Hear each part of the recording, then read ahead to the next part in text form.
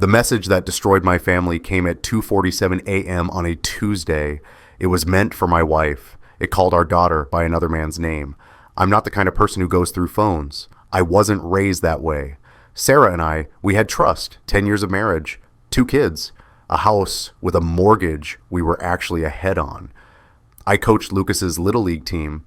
I knew the names of Emma's stuffed animals. We were fine. We were fine. The phone buzzes on the nightstand, Sarah's phone. Blue case, cracked corner from when she dropped it in the Costco parking lot last year. The buzz is sharp, insistent, like a wasp trapped against glass. I reach for it without thinking. We've always known each other's codes. Hers is Emma's birthday, 09221. 3 years ago, September 21st, I became a father for the second time, the happiest day of my life. I unlock the screen. The notification sits there. 1 line. That's all it takes. Tyler. Can't wait until he finally knows Emma is mine. I read it once. I read it again. The sender's name makes my blood stop. Tyler Bennett, my best man, my former best friend. Sarah shifts beside me, still asleep. Her blonde hair spills across the pillow, the same way it has for 10 years. I look at her face, peaceful, innocent, and I feel something inside me crack. Not break, not yet, just crack. Like ice on a lake in early spring. You can still walk on it, but you know it won't hold much longer. I get out of bed. The floor is cold under my feet. I take the phone into the hallway, close the bedroom door soft enough that she doesn't stir. The house is dark. Lucas's nightlight glows from under his door. He's 7, still afraid of the dark. Emma's room is quiet. She stopped needing the nightlight 6 months ago. She told me, "Big girls don't need lights, Daddy." I sit on the stairs. I open the message thread. 4 years of messages. I scroll back through weeks, months, years. The phone glows in the dark like I'm holding evidence, and I guess I am. Tyler's name appears again and again, threaded through my wife's life like a parasite. Some messages are recent, last week, yesterday, 2 hours ago while I was asleep next to her. Some messages are old, very old. I stop scrolling when I hit a date, March 2021. Sarah, I can't believe we did that. Daniel almost caught us. Tyler, he didn't though, he never does. Sarah, this is wrong. Tyler, but you'll do it again. Sarah, yes, March 2021. Emma was conceived in March 2021. Sarah told me we'd gotten lucky that month. She'd been tracking ovulation. We'd been trying for a second baby for almost a year, and then suddenly she was pregnant. We celebrated. I cried when she showed me the positive test. I kissed her stomach every night for 9 months. I keep scrolling. Tyler, August 2021. How's my baby doing? Sarah, she's kicking a lot. Daniel thinks it's because I eat too much sugar. Tyler, does he suspect? Sarah, no, he's clueless. My hands shake. The phone nearly slips from my grip. I catch it, adjust my hold.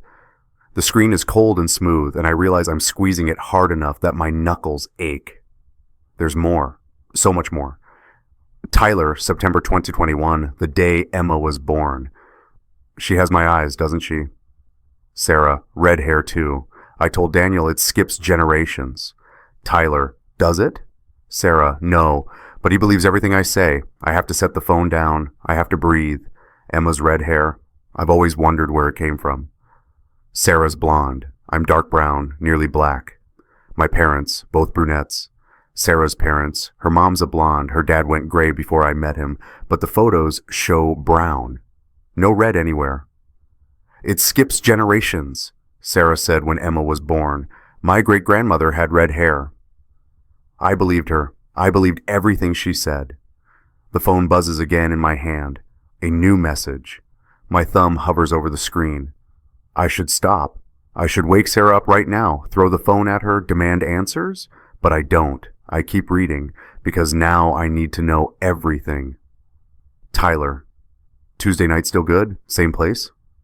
I checked the timestamp, sent 20 minutes ago. It's 2:47 a.m. now. He's awake. She's asleep next to me.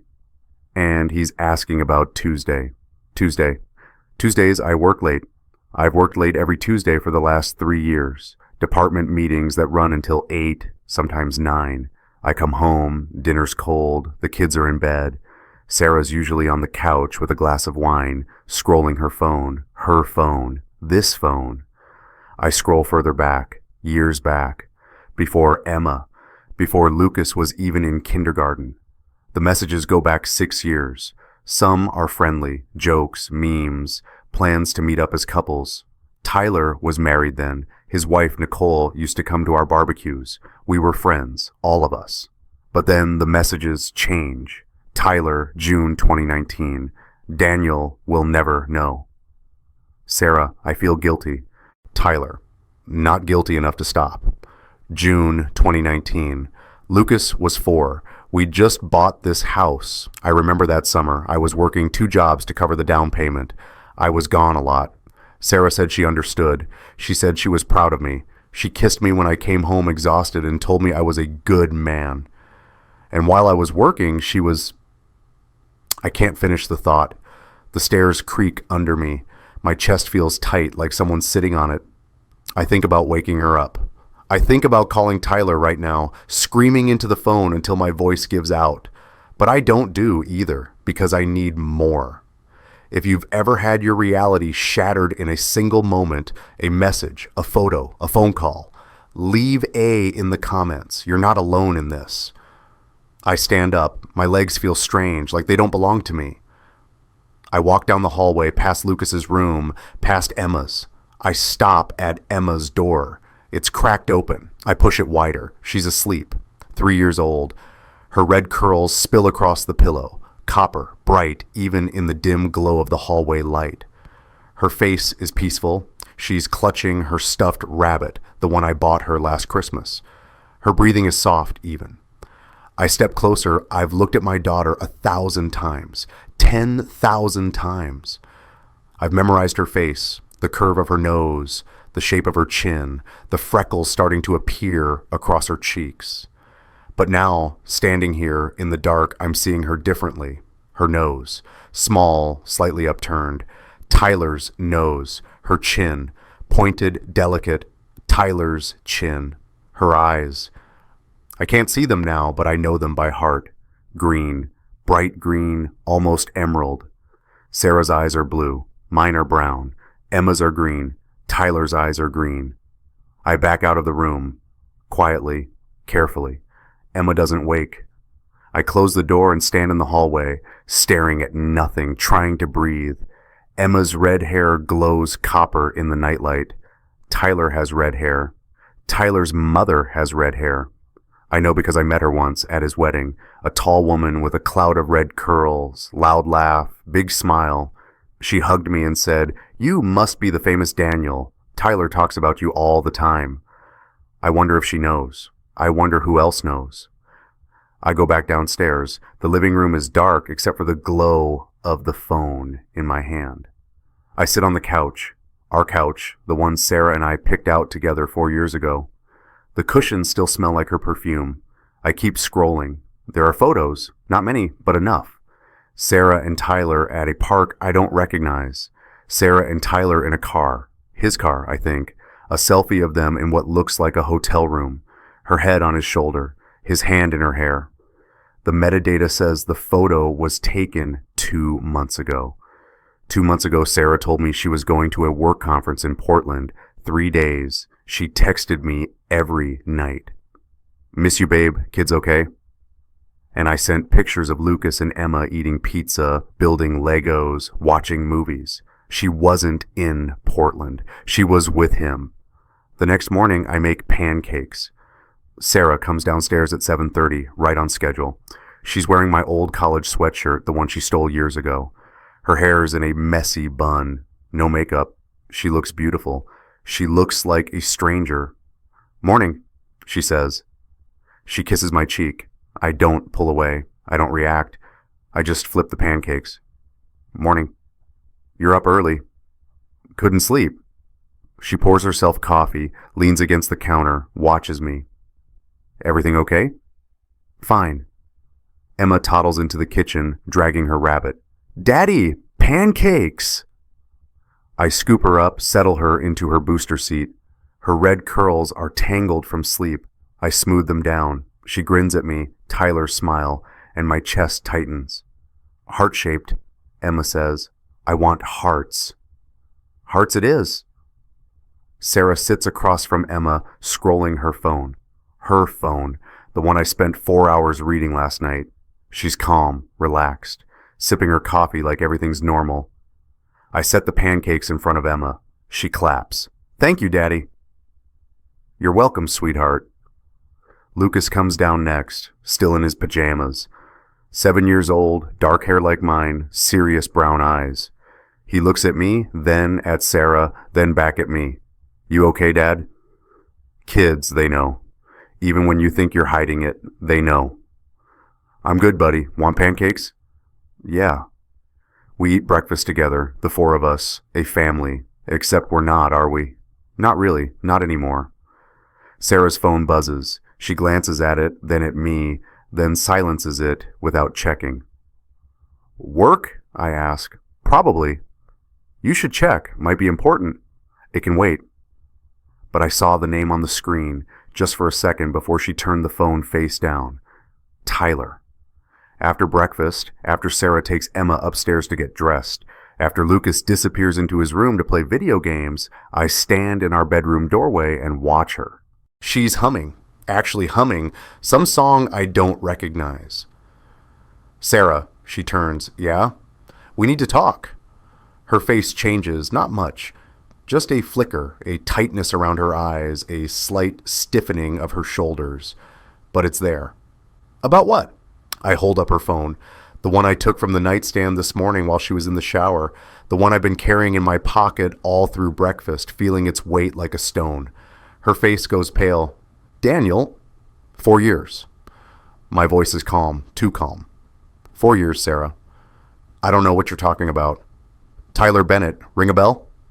She reaches for the phone. I step back. Give me my phone. No. Daniel, you're being paranoid.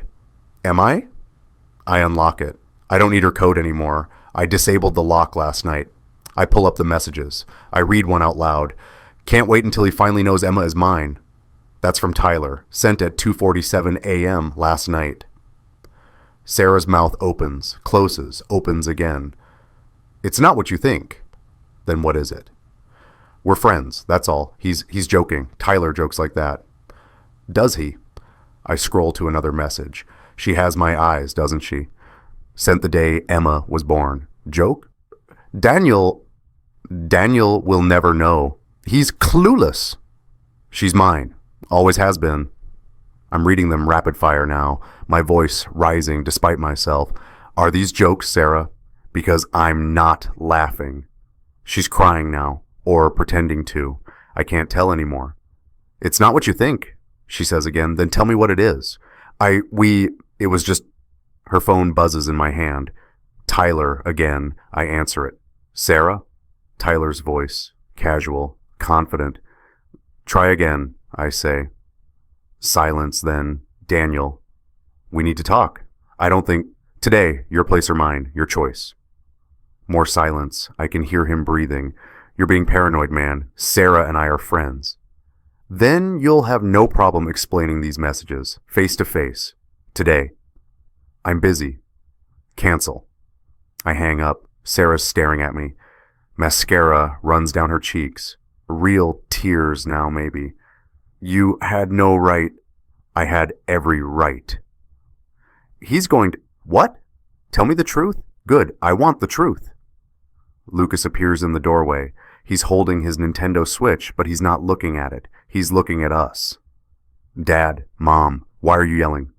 Sarah wipes her face. We're not yelling, honey. Yes, you are. I heard you. I crouch down, eye level with my son. Go to your room, okay? Everything's fine. It doesn't sound fine. I know, but it will be. I promise. He doesn't believe me. I can see it in his face. But he goes. After Lucas leaves, I head to our bedroom closet. Sarah follows me, talking fast. Daniel, please, just listen to me. It's not what you think. I can explain. But I'm not listening. I'm looking. The closet is organized. Sarah likes things organized. My side's a mess. Hers is color-coded. I start pulling down boxes from the top shelf. What are you doing? Looking. For what? You tell me. 3 boxes, nothing. 4, nothing. 5, there, a shoebox, plain white, no label. Sarah lunges for it. Don't. Too late. I open it. Inside, birthday cards, 7 of them, maybe 8, all from Tyler, all addressed to Sarah. The dates span years, 2018, 2019, 2020, every year through 2024. The most recent one is from 3 months ago. I open the first one, standard Hallmark card, flowers on the front. Generic message inside, to someone special on her birthday. But underneath, in Tyler's angular handwriting, can't wait for next Tuesday, counting down the hours, you know where. Steers tea. I open another. She's growing so fast. Does he know? Does he suspect? You're playing a dangerous game, Sarah, but I like it. Tea. Another. I dream about the 3 of us, you, me, and her, a real family, someday. Tea. There are ticket stubs too, concerts, movies, all from dates Sarah told me she was somewhere else. And at the bottom of the box, underneath everything else, an ultrasound photo. Emma's first ultrasound photo. I know because we have a copy framed in the living room. 8 weeks, the little blob that would become our daughter. But this one's different. On the back, in Tyler's handwriting, our little miracle, March 13th, 2021. I stare at it. The date, March 13th, 8 weeks before Emma was born. 8 weeks pregnant means conception around January, not March. I was wrong about the timeline. Sarah lied about the timeline. I look up. Sarah's standing in the doorway, arms wrapped around herself, crying. I'm sorry, she whispers. For what? For all of it. All of what, Sarah? Say it out loud. She doesn't. She can't. Because once she says it, it's real. I hold up the ultrasound photo, the handwriting, the date. On the back of Emma's first ultrasound, I say quietly, in Tyler's handwriting, our little miracle. Sarah slides down the doorframe, sits on the floor, face in her hands. And I realize something. I don't want to hear her admit it. Not yet, because once she does, my daughter isn't mine anymore.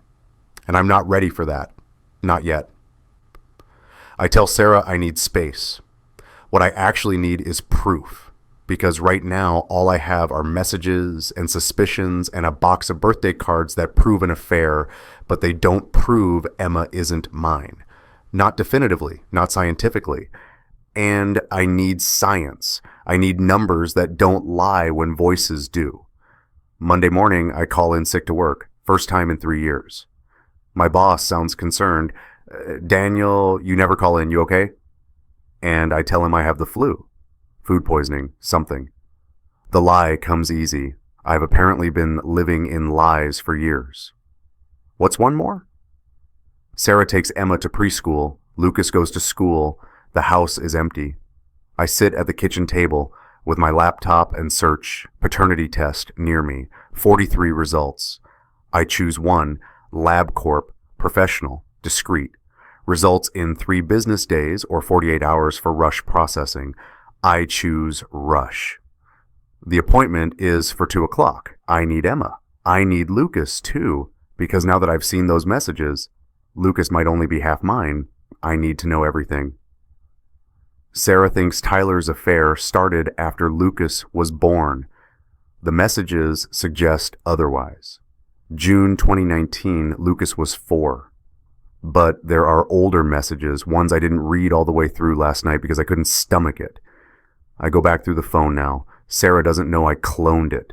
Last night, after she cried herself to sleep, I used an app, something I found in 10 minutes of desperate Googling, and copied everything to my phone. Every message, every photo, every piece of evidence. I scroll back further, years further. 2018, Lucas was 3. 2019, Lucas was 2. 2020, my finger stops. Tyler, October 2016. Are you sure it's his? Sarah, pretty sure. Tyler, pretty sure isn't sure. Sarah, he was born 9 months after the wedding. The math works. Tyler, so does our math. October 2016. Lucas was 18 months old, which means they're talking about his conception. January 2015. I was engaged to Sarah in January 2015. We'd gotten engaged the previous November. Wedding was planned for June. We were waiting until marriage we were waiting, or so I thought. But then Sarah got pregnant, February 2015. She cried when she told me. Happy tears, she said, scared tears. I know we wanted to wait until after the wedding, but I held her. I told her it was okay. Perfect even. We moved the wedding up, got married in April, small ceremony, City Hall. Lucas was born November 2015. I thought he was early, 7 months and change, premature. He spent 3 days in the NICU, but he was fine, small but healthy. The doctors said we were lucky. Now I'm reading messages that suggest luck had nothing to do with it. Lucas might not have been premature. Lucas might have been right on time. For Tyler. I close the laptop, stand up, walk to the sink, stare out the window at our backyard, the swing set I built when Lucas turned 5, the sandbox Emma plays in, the garden Sarah planted last spring. Everything looks normal. Everything is a lie. At 1:30, I pick Emma up from preschool early. The teacher looks surprised. Is everything okay, Mr. Williams? And I smile, nod, say Emma has a doctor's appointment, checkup, routine. Emma holds my hand on the walk to the car. Are we getting shots? No shots, just a quick appointment. Do I get a sticker? Probably. Lucas's school is 10 minutes away. I sign him out. Family appointment, I tell the secretary, and he climbs into the back seat next to Emma. Where are we going? He asks. Doctor. Are we sick? No, just a checkup. He doesn't believe me. 7-year-olds are perceptive. He's been perceptive since he was 2. Is this about you and Mom fighting? Emma perks up. Mommy and Daddy are fighting. We're not fighting, I say. You yelled. That wasn't... I stop, take a breath. Sometimes adults argue. It doesn't mean anything's wrong. But something is wrong. I look at him in the rearview mirror. Dark hair, brown eyes, serious expression. He looks like me. He's always looked like me. But Tyler has dark hair too. Darker than mine, actually. And his eyes, I'm trying to remember, brown, green, some mix. I don't know. I don't know my own son's genetics. The clinic is sterile. White walls, fluorescent lights, the smell of antiseptic. Emma swings her legs in the waiting room chair, humming. Lucas sits quietly watching me. Mr. Williams? A nurse in blue scrubs calls us back. She's young, maybe mid-20s, with a friendly smile. Hi there, she says to Emma. What's your name?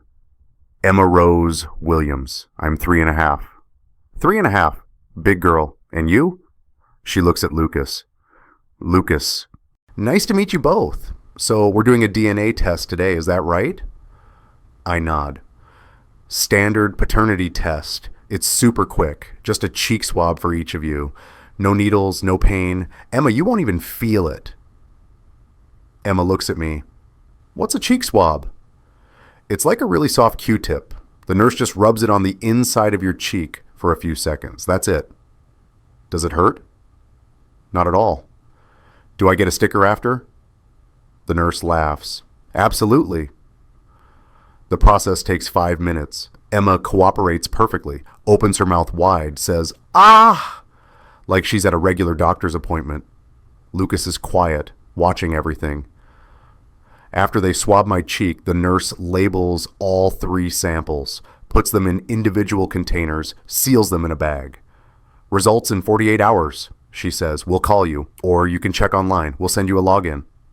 Thank you. Emma gets her sticker, a purple unicorn. She sticks it on her shirt, beaming. In the car, Lucas finally speaks. What was that for? I told you, a checkup. That wasn't a checkup. Lucas, why do you need to know if we're yours? I almost swerve. What? That's what DNA tests are for, right? They talked about it in science class. You test if people are related. I pull over, side of the road, engine running. I turn around in my seat, look at my son. Lucas, are we not yours? His voice is small, scared. Emma's looking between us, confused. What's wrong with Lucas? Nothing, sweetheart. I reach back, squeeze Lucas's hand. Everything's fine, I promise. But he pulls his hand away. You're lying. And he's right, I am. The 48 hours feel like 48 years. I go through the motions, make dinner, help with homework, read bedtime stories.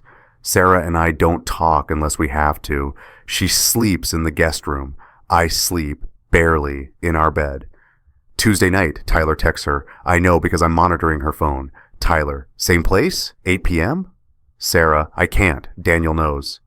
Tyler, knows what? Sarah, everything. Tyler, shit. Sarah, what do we do? Tyler, nothing. Deny everything. He can't prove anything.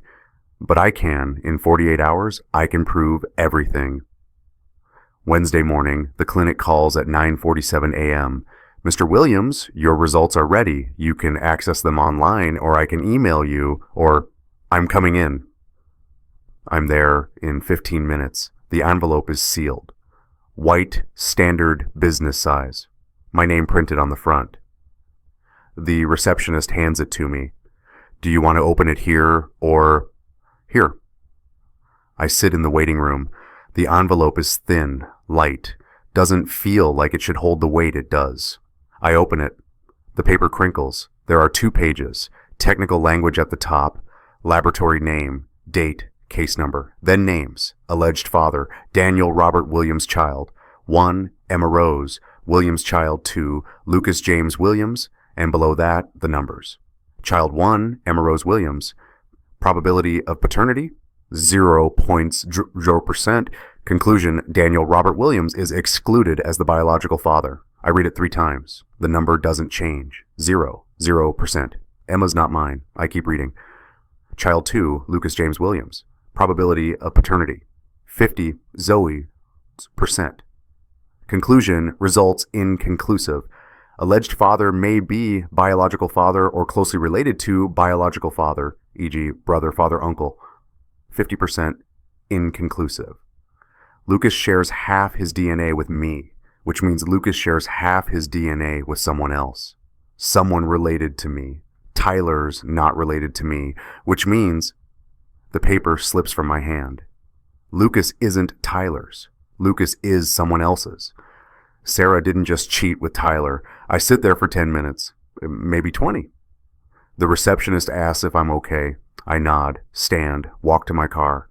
I sit in the driver's seat, door closed, engine off. I made Emma pancakes this morning, heart-shaped, her favorite. She kissed my cheek, said, "You're the best daddy in the whole world."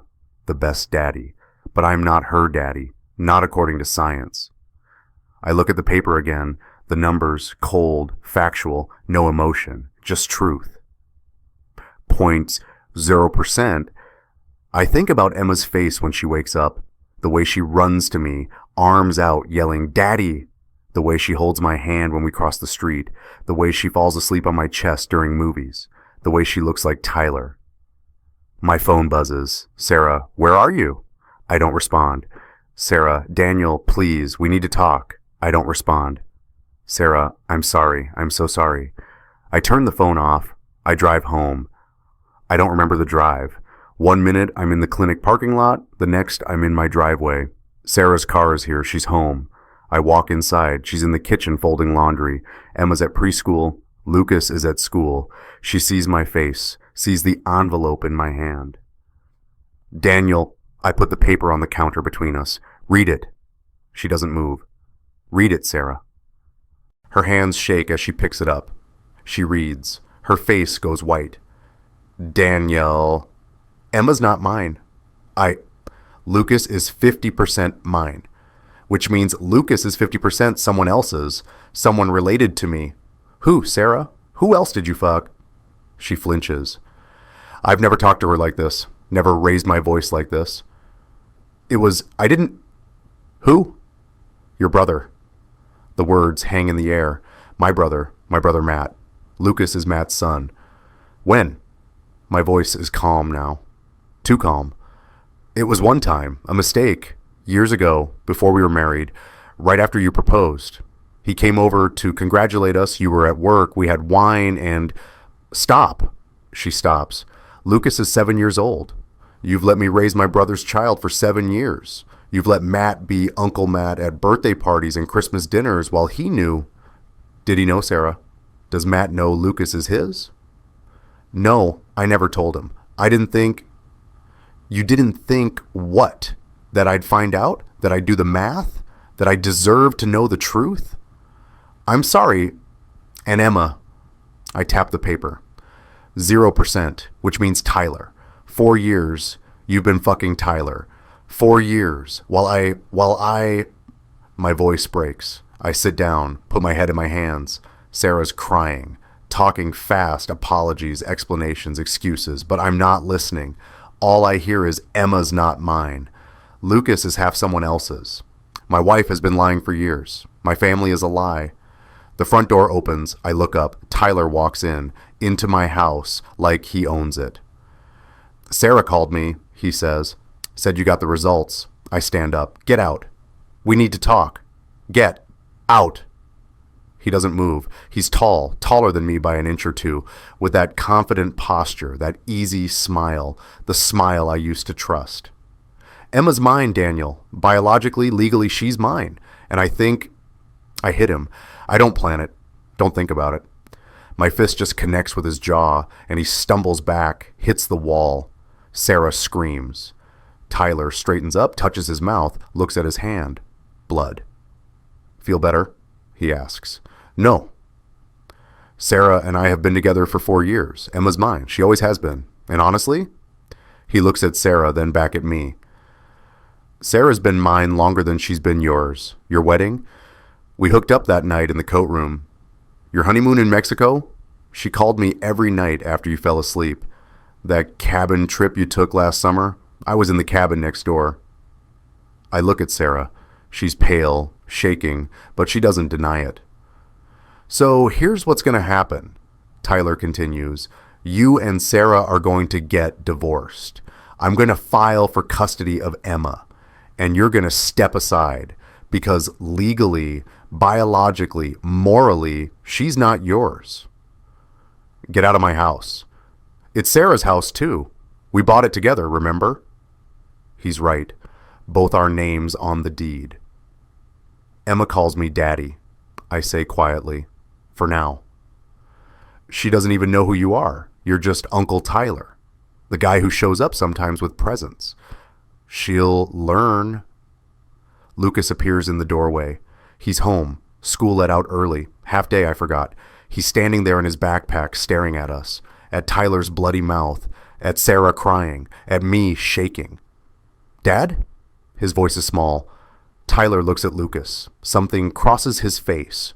Confusion? Relief? That one's not mine, Tyler says. Lucas's face crumbles. Sarah moves toward him. Lucas, honey...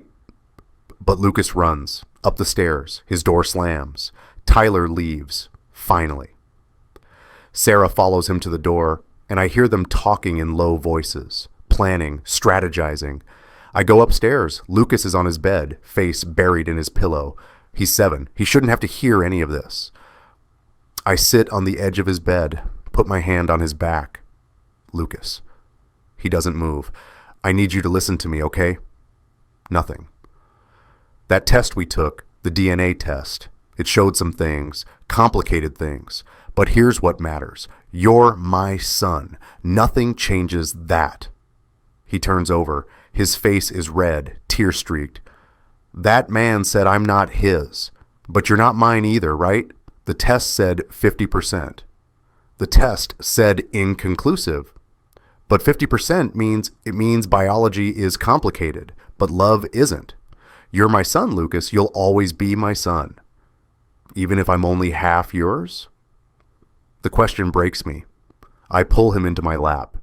He's 7, almost too big for this, but he curls into me anyway. Lucas, listen to me. You are 100% mine. Not 50%, not 90%, 100%. DNA is just science. It's numbers and percentages and genetic markers. But being a father, That's about who shows up, who teaches you to ride a bike and helps with homework and reads you bedtime stories and loves you when you're scared. That's me. I'm your dad. Nothing changes that. He sobs into my shoulder. I hold him and I realize I'm crying too. What about Emma? He whispers. What about her? Is she still my sister? I think about Emma, 3 years old, red curls, Tyler's eyes. Not my DNA, but she's Lucas's sister. She's been his sister her whole life. Yes, I say, she's your sister. Do you still love her? I can't answer right away, because I don't know yet. I'm figuring that out, I say honestly. Lucas pulls back, looks at me. You have to love her, Dad. She didn't do anything wrong. I know. Mom did wrong, and that man, but not Emma. I know. So you have to keep her. You have to fight for her. 7 years old, and he's wiser than me. Okay, I say. Promise? I promise. He hugs me again, tight. Downstairs, I hear the front door close. Sarah's back inside. I look at Lucas, at his serious brown eyes, at the face that looks like mine but might not be mine. It doesn't matter. He's mine. And if Lucas is mine, then Emma is too. Biology be damned.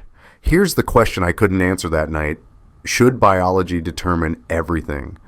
Comment blood if DNA matters most, or love if you think chosen family beats genetics. I'll tell you which side I chose, but first I want to know what you think. I hire a lawyer on Thursday. Her name is Rebecca Torres.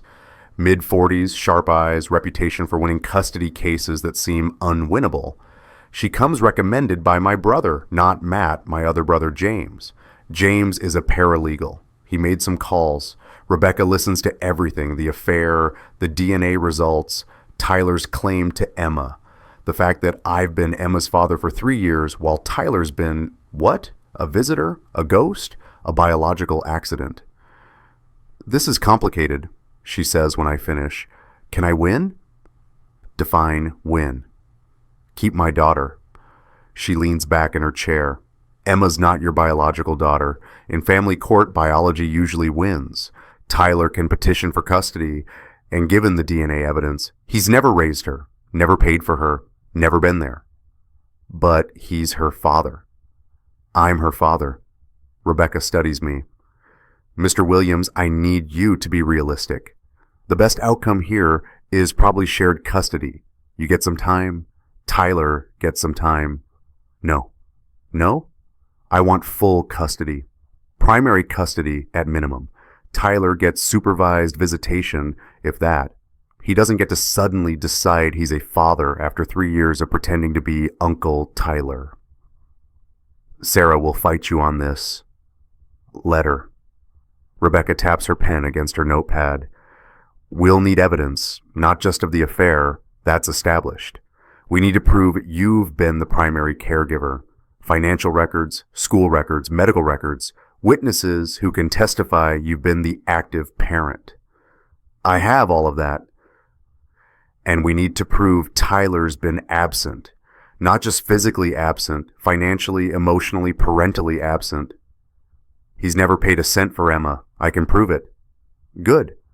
She makes a note. What about Lucas? What about him? The DNA test showed 50%, which means Lucas is mine. The test is inconclusive. Could mean a lot of things. Rebecca gives me a look. She knows what it means, but she doesn't push. Okay, Lucas stays with you. That's not contested. Sarah's not claiming Tyler as Lucas's father, correct? Correct. Then we focus on Emma. I'll file for emergency custody while we sort this out.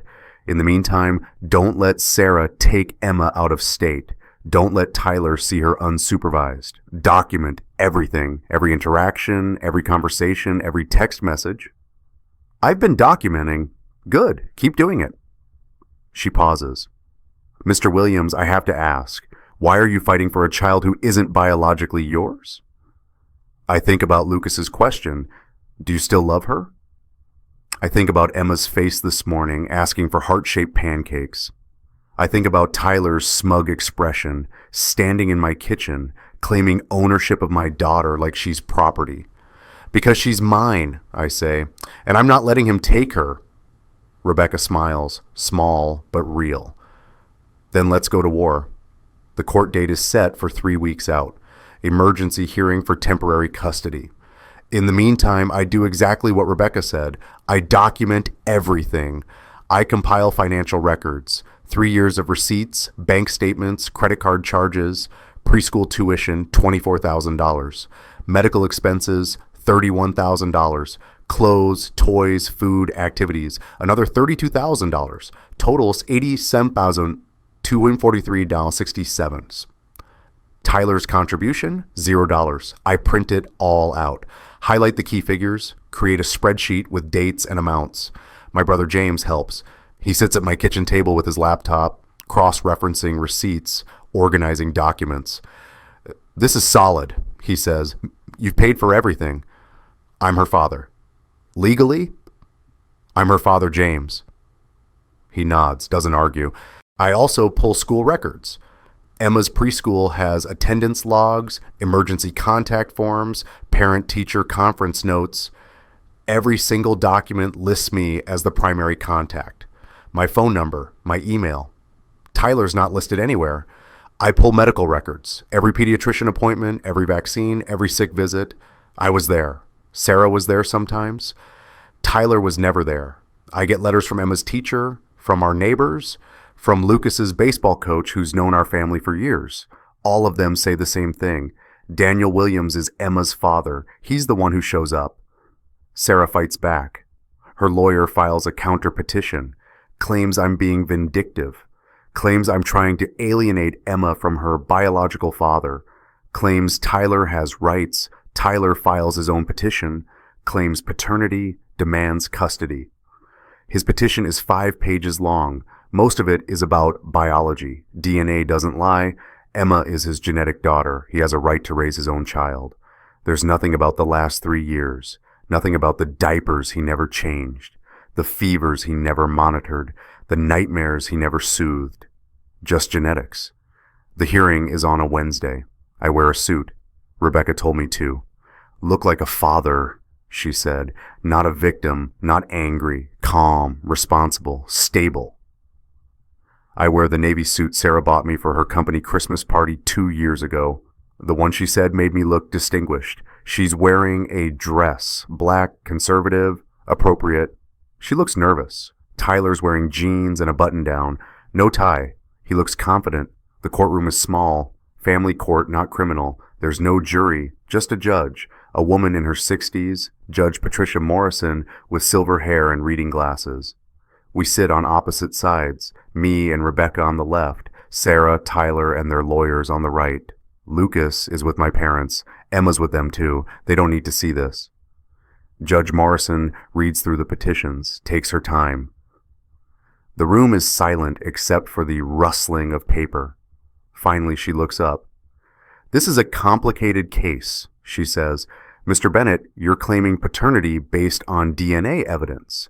Mr. Williams, you're claiming established paternity based on your role as Emma's primary caregiver for the last 3 years. Is that accurate? Yes, Your Honor, Rebecca says. Tyler's lawyer stands. Your Honor, biology is clear. Mr. Bennett is Emma's biological father. He has rights.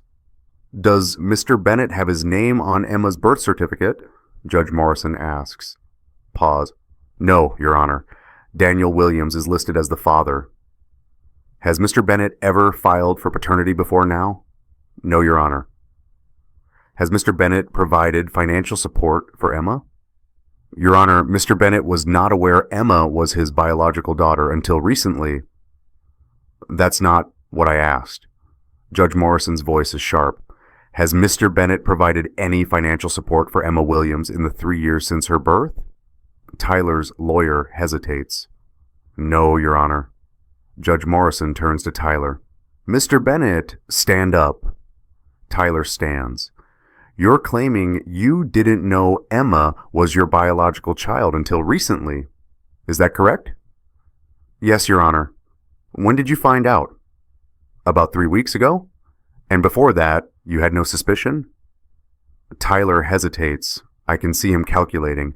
If he says no, he looks oblivious. If he says yes, he looks negligent. I suspected, he finally says. You suspected. Judge Morrison removes her glasses. For how long? A while. Months? Years? Years. And in those years, did you file for a paternity test? No. Did you provide financial support? No, but did you establish any legal claim to this child? I didn't want to disrupt. So you suspected for years that you were Emma's biological father, but you did nothing. You didn't file for paternity. You didn't support her financially. You didn't pursue custody. You just suspected and waited until now. Tyler's jaw tightens. Yes, Your Honor. Judge Morrison puts her glasses back on, looks at me. Mr. Williams, stand up. I stand. You've been raising Emma as your daughter for 3 years. Is that correct? Yes, Your Honor. Were you aware she might not be your biological child? No, Your Honor, not until 3 weeks ago. When you found out, what did you do? I got a DNA test to confirm. And when the test showed 0% probability of paternity, I look at Tyler, then at Sarah, then back at Judge Morrison. I decided it didn't matter. Didn't matter. Emma is my daughter. Biology doesn't change that. Judge Morrison studies me. Mr. Williams, I've read your financial records. You've spent over $87,000 on Emma's care. Is that accurate? Yes, Your Honor. Mr. Bennett has contributed $0. Is that also accurate? Yes, Your Honor. You're listed on Emma's birth certificate as her father. You're her primary emergency contact. You attend her preschool functions. You take her to doctor's appointments. By every legal and practical measure, you are Emma's father, correct? Yes, Your Honor. She looks at Rebecca. Does Mr. Williams seek full custody? Primary physical custody, Your Honor, with Mr. Bennett allowed supervised visitation, pending psychological evaluation, and family counseling. Tyler's lawyer objects. Your Honor, Mr. Bennett is Emma's biological father, and Mr. Williams is Emma's established father. Judge Morrison cuts him off. Biology matters, counsel, but so does reality. Mr. Bennett had years to claim paternity. He chose not to. He can't suddenly decide now that it's convenient that he wants to be a father. She shuffles papers, makes notes. The room is silent. Finally, I'm granting temporary primary custody to Daniel Williams. Emma will remain in his care pending a full custody hearing. Mr. Bennett is granted supervised visitation 2 hours per week, supervised by a court-appointed social worker. Mrs. Williams will have joint custody with Mr. Williams, with Emma primarily residing with her father. Tyler's face goes red. Your Honor, Mr. Bennett, you had 3 years to be a father. You chose to be a stranger instead. When you're ready to actually parent instead of claim biology, we can revisit this. Until then, Emma stays with the man who's been raising her. This hearing is adjourned. The gavel comes down. Rebecca squeezes my arm. We won. Sarah's crying. Tyler's arguing with his lawyer in harsh whispers. I just sit there. Emma's mine, at least for now.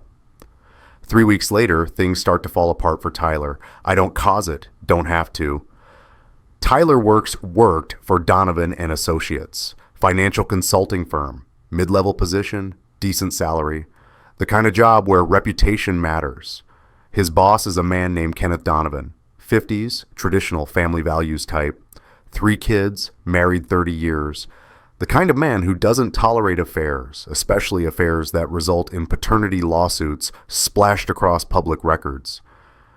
Tyler gets fired on a Monday. I know because his wife calls me. Yes, wife. Nicole Bennett.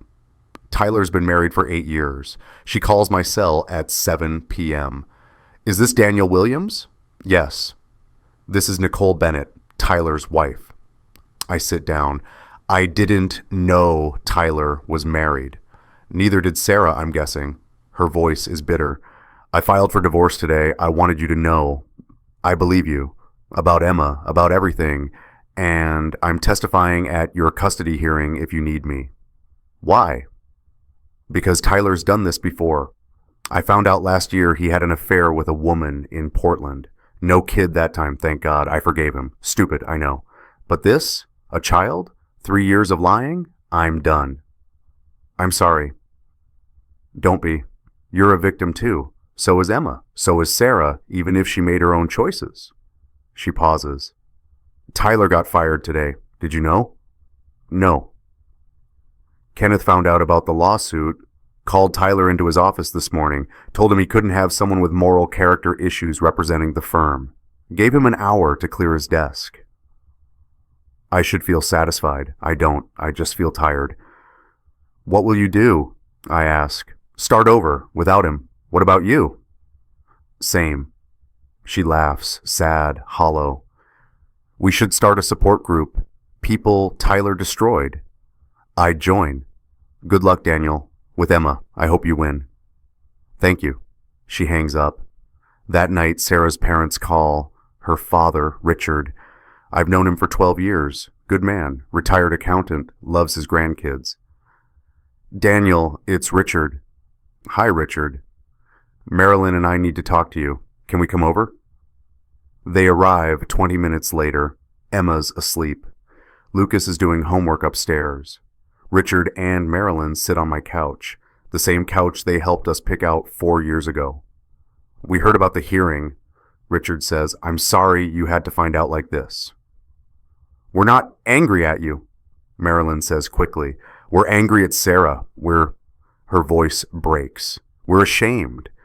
Richard puts his arm around her. We raised her better than this. We thought we did anyway. She's an adult. She made her own choices. Bad choices. Richard's jaw is tight. We talked to her yesterday, told her we're not supporting her through this, financially or otherwise. If she wants to throw away her family for... He can't finish. Marilyn does. For a married man who got her pregnant and didn't have the decency to claim his own child, that's who our daughter chose. We want you to know, Richard says, that Lucas and Emma are still our grandchildren. Both of them. DNA doesn't change that.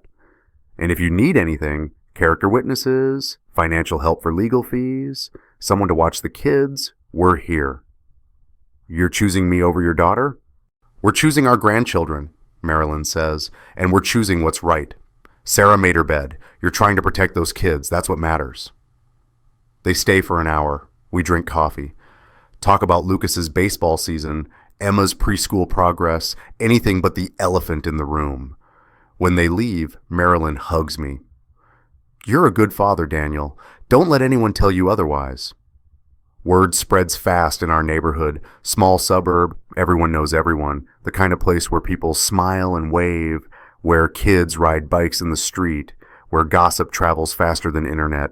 By the end of the week, everyone knows. Sarah's affair, Tyler's lawsuit, the DNA test, the custody battle. Some people are supportive. Our neighbor, Mrs. Patterson, brings over a casserole. For you and the kids, she says, if you need anything at all, we're next door. Some people are curious, nosy. They ask invasive questions disguised as concern. Some people avoid us, cross the street when they see me, stop inviting Lucas to play dates, but most people are angry at Sarah, at Tyler. Sarah stops going to the grocery store. Too many stares, too many whispers. Tyler's car gets egged twice. Someone spray paints deadbeat on his mailbox. I don't condone it, but I don't stop it either. Emma asks about her mom. When's Mommy coming home? Sarah moved out 2 weeks ago, renting an apartment across town. She has Emma every other weekend per the temporary custody agreement. Mommy has her own place now, I tell Emma. Why? Because sometimes adults need space. Did you fight? Yes. Are you going to unfight? I crouch down, eye level. No, sweetheart, Mommy and I won't be living together anymore, but we both love you very much. That doesn't change.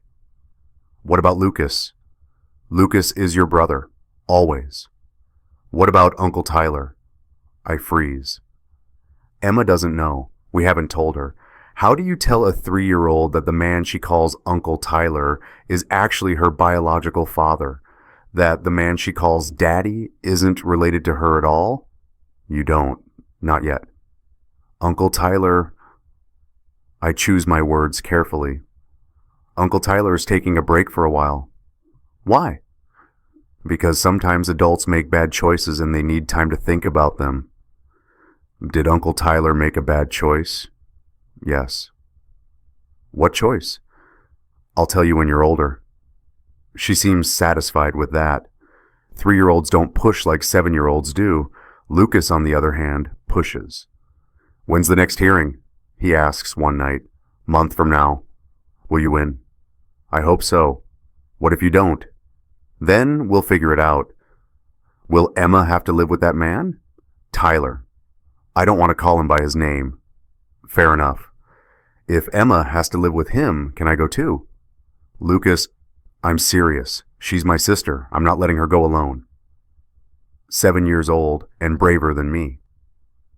Emma's not going anywhere, I say. I promise. You can't promise that. Watch me. The full custody hearing is scheduled for 6 weeks after the emergency hearing.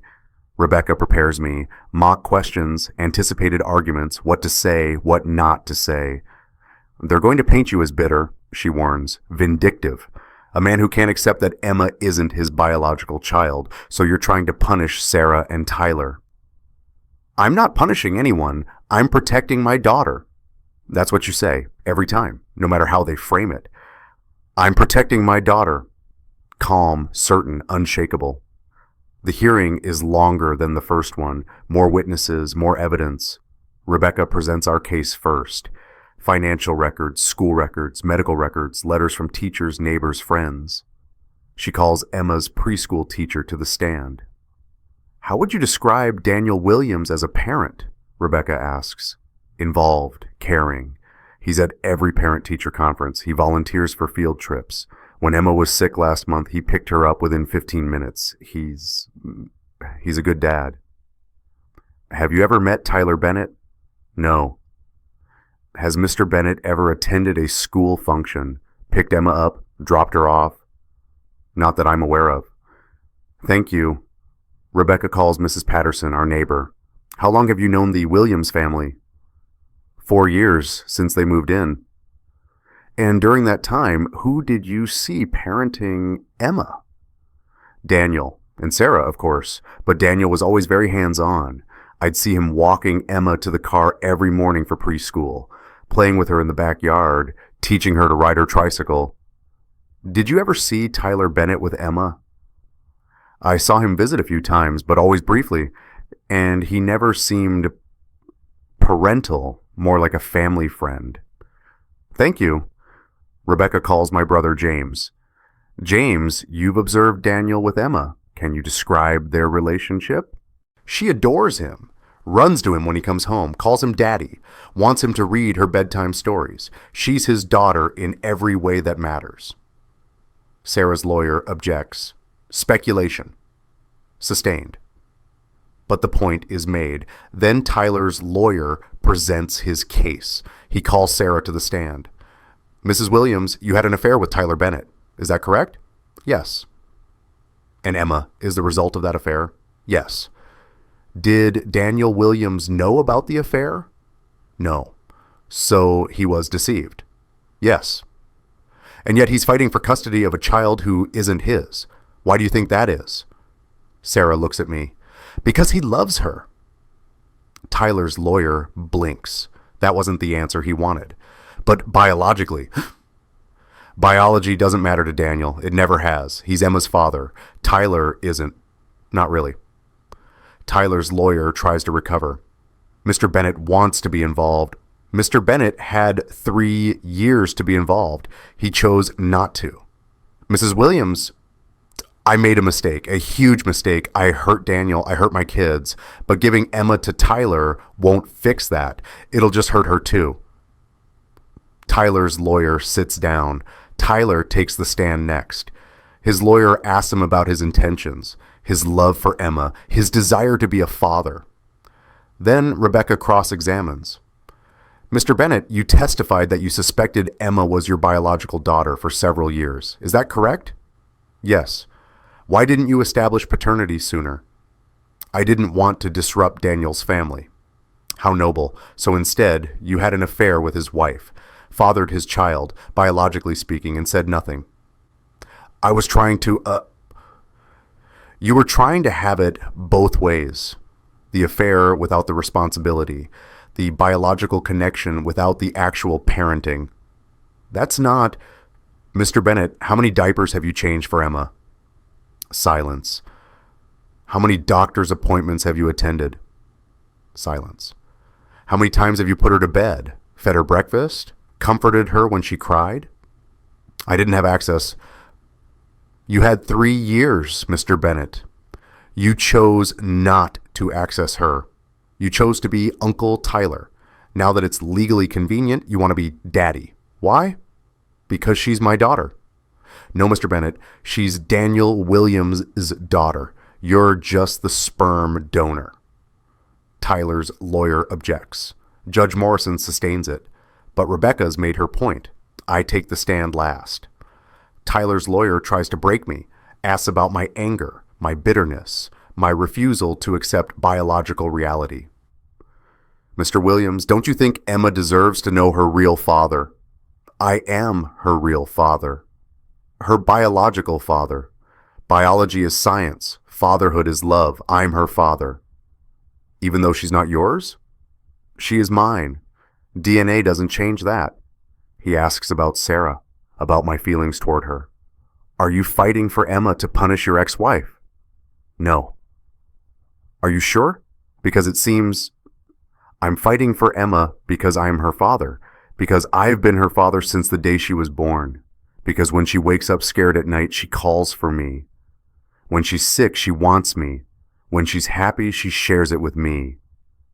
That's fatherhood. Tyler can have his DNA. I have everything else. The lawyer sits down. Judge Morrison calls a recess, says she'll issue a ruling in 1 week. That week is the longest of my life. The ruling comes on a Friday. Rebecca calls me. We won. I sit down. What? Full primary custody. Sarah gets visitation every other weekend.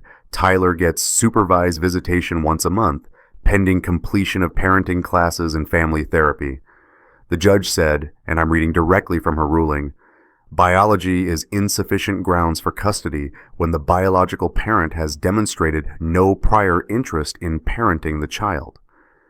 Daniel Williams has established himself as Emma's father through consistent, loving care. That relationship takes precedence over genetic markers. I can't speak. Daniel, you there? I'm here. Emma's yours, legally, officially, yours.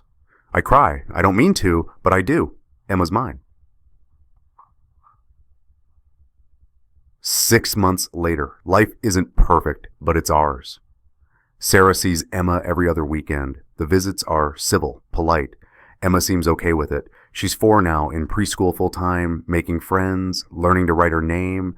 She still calls me Daddy. Tyler sees her once a month. Supervised visits at a family center. A social worker sits in the room, takes notes. Tyler brings gifts, toys, books, stuffed animals, like he's trying to buy his way into fatherhood. Emma accepts the gifts, calls him Tyler now, not Uncle Tyler. She doesn't call him Dad. Lucas is thriving. 3rd grade, straight A's, baseball team captain. He's protective of Emma, walks her to her classroom every morning before going to his own. He knows the truth now that Matt is his biological father. I told him on his 8th birthday. He took it quietly, nodded, said, okay, then asked, does this mean I have to call you Daniel instead of Dad? No. Good, because you're my dad. We haven't told Emma about Tyler yet. She's too young. Maybe when she's older. Maybe never. That's a bridge we'll cross when we get there. I'm dating someone. Her name is Rachel. We met at a coffee shop. Cliché, I know, 3 months ago. She's a kindergarten teacher, patient, kind, good with kids. Lucas likes her. Emma adores her. We're taking it slow. It's Saturday. The park near our house, the same park Sarah and I used to bring the kids to when they were babies. The swing set is still here. The sandbox, the jungle gym. Emma runs ahead, her red curls bouncing. She's wearing a purple dress, her choice, and light-up sneakers. Lucas follows, slower, his baseball glove tucked under his arm. Rachel walks beside me, her hand in mine. "Emma, not too far," I call. Emma stops, turns, waves. "I know, Daddy." She runs to the swing set. Lucas helps her climb on, starts pushing her. "Higher!" she shrieks. "Hold on tight," Lucas warns. Rachel leans into me. "They're good kids." "Yeah." "You did that. You know that, right?" "I had help." "Not enough. You did the hard part." I watch Emma swing, her red hair catching the sunlight. She's laughing, pure, unselfconscious joy. Tyler's hair, Tyler's eyes, Tyler's genetics, but my daughter. Rachel squeezes my hand. "You okay?" "Yeah, I'm good." And I mean it. Emma jumps off the swing, too early, too high, and lands in the mulch. For a second, I panic, but she pops up, grinning, covered in dirt. "Did you see, Daddy? I flew." "I saw. Be careful." "I'm always careful." She's not, but that's okay. Lucas rolls his eyes. "You're gonna break something one day." "Nuh-uh." "Yeah, huh?" They bicker, but it's affectionate. Sibling stuff. Rachel's phone buzzes. She checks it. "I need to run to the store. Need anything?" "Ice cream?" "What kind?" "Surprise us?" She kisses my cheek, heads to her car. I walk over to the swings. Emma's already back on, pumping her legs, trying to go higher on her own. Lucas sits on the swing next to her, dragging his feet in the dirt. "Dad?" "Yeah, buddy." "Do you think Emma will ever call Tyler Dad?" "I don't know. Maybe, if she wants to." "Would that make you sad?" I think about it. Honest answer. "A little. But it wouldn't change anything. I'd still be her dad. Tyler would just be Tyler." Lucas nods. "Good, because you're way better." Emma stops swinging. "Better at what?" "At being a dad." "Daddy's the best dad," Emma declares. "Right, Daddy." "I try." "You don't try. You just are." 4 years old, infinite wisdom. She jumps off the swing, carefully this time, and runs to me, throws her arms around my legs. "I love you, Daddy." "I love you too, sweetheart." "Forever?" "Forever. Even when I'm a grown-up?" "Especially when you're a grown-up." "Good." She squeezes tighter, then looks up at me. "Daddy?" "Yeah?" "My friend Sophia said her daddy and her bio-daddy are different people. What's a bio-daddy?" Lucas looks at me. I look at him. Not today. "I'll explain when you're older." "You always say that." "Because it's always true." She shrugs, accepts it, runs back to the swings. Lucas stands, stretches. "You handled that well." "You think?"